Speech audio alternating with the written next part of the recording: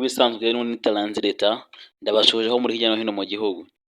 Reka nkubwire niba ufite umukobwa mukundana akaba ari we wakwatse nimero akakubaza izina, ukaba ufite umupanga wo kubana nawe, ukaba ufite umutungo, sha tangira uwandikishe kuri mukecuru wawe tu. Nta kindi umukobwa aje gushakaho, yaje kwishakira imibereho. Namara kubona ageze ku mibereho azikomereza.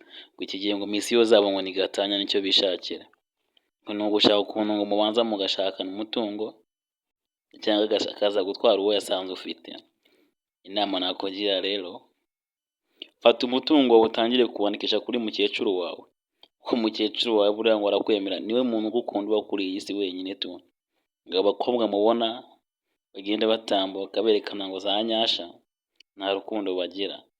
Ciao ciao, following a man.